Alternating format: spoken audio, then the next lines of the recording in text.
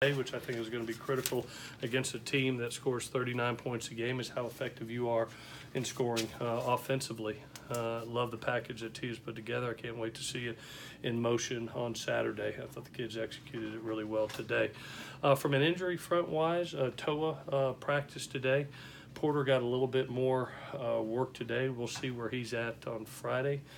We held Cam again with the hamstring strain, and everything else is about status quo.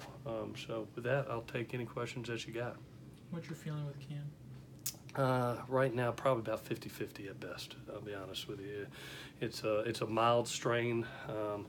We'll see how it goes tomorrow, but it wasn't ready today.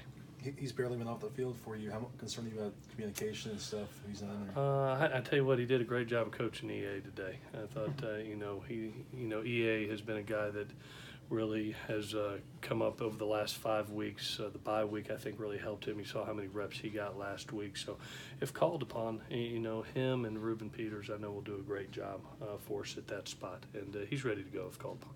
It looks like Brandon is back and Brandon actually practiced today. The x-rays were negative. Anytime you get that damn toenail ripped off, it hurts like hell. And but he was moving around today, obviously sore, but we'll see how it is tomorrow. Knowing him, being a tough guy, I would anticipate him playing. We'll tape up that toe and be ready to go.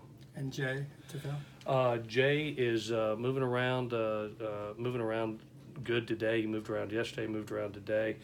Supposed to hear from the doctors tomorrow.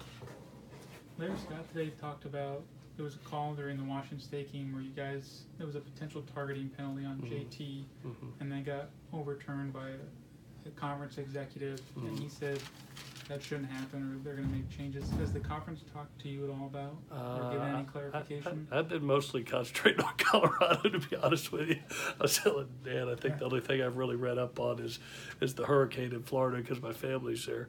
But the one thing that I've always thought in my 24 years and been very, very happy with is both NCAA as well as my 9 years in the Pac-12. And they've always made the priority of safety with the student athlete priority one, and I know that's always going to be the case. And Larry's a good leader. He's going to do his job and take action in whatever he needs to do. I've got an organization to run here, which I'm trying to run, but I've had great experiences with the Pac-12 in my 9 years, and I know they'll do whatever action is needed to make sure things are going right. Was that a play that you guys turned in when JT took the knee and gets the helmet? No, we didn't. No, we didn't turn that in. Okay. Is there any area of Colorado's game that you think goes underrated or undercovered? I think right now is just their effectiveness in the run game, which is making them stay extremely balanced. They're doing a tremendous job. The top runner's already got over 500 yards worth of rushing right now, and is a great runner between the tackles. You talk about Montez and you talk about Chenault, but that run game is ultra dangerous too. And you look at their percentages on first and second down, it's heavy run. I mean, they want to be a run team first, and then take their shots and then get the ball out on the perimeter.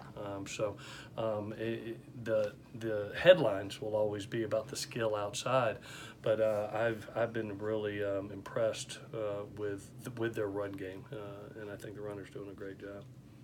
How's Steven Montez different now than it was maybe 2 years ago when you faced him last year? Yeah, just the decision making, Joey. I think right now is what I see.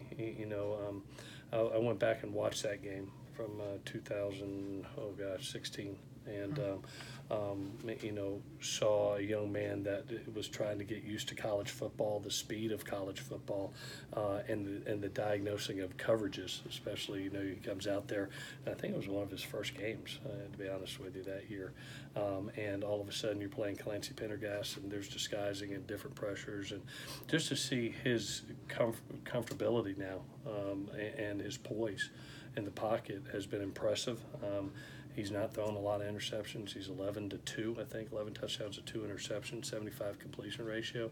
So he looks like he's got reps. He looks like he's got 3 years of experience under his belt. And he's guiding the football team, not making the mistakes. And he's one of the reasons they're 5-0. Is there anything you're feeling better about with this football team heading into this game than you were 2 weeks ago?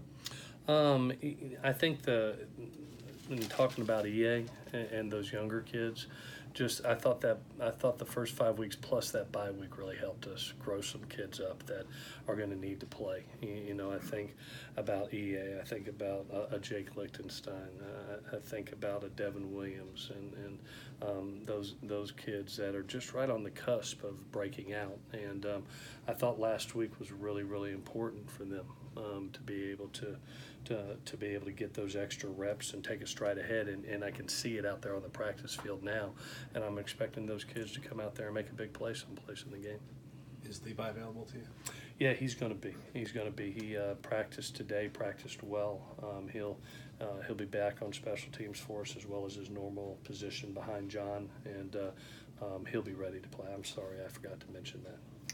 How much does your schedule help you going into games like this, that you guys have been tested so much early? Yeah, I think that it's one of the beauties of having our schedule is you always have to be in, I've said it before, but a playoff championship mentality, and it makes you ready for these games.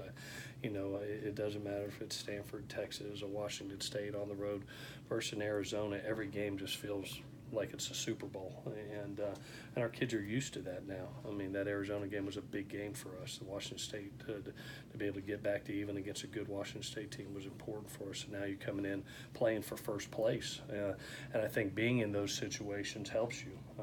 It helps the kids with the mentality to come in on a Thursday and a Friday, not have a lapse, but have extreme focus. And they did a really nice job today. I commended them at the end of practice. I thought they were totally focused. Have they been different this week? Has this week been a little different? I thought today there was a seriousness about them and a sense of urgency that I really liked. I challenged them in our team meeting that the importance of these last 48 hours were going to be critical when you're playing this type of team that is a talented team and has a lot of confidence and riding high. And every little thing that we can get ahead on, every little tool we could put in our toolbox in these last 48 hours are going to be critical. And they walked out there and they told you it was very businesslike, very much a sense of urgency. I was proud of them. All right, thank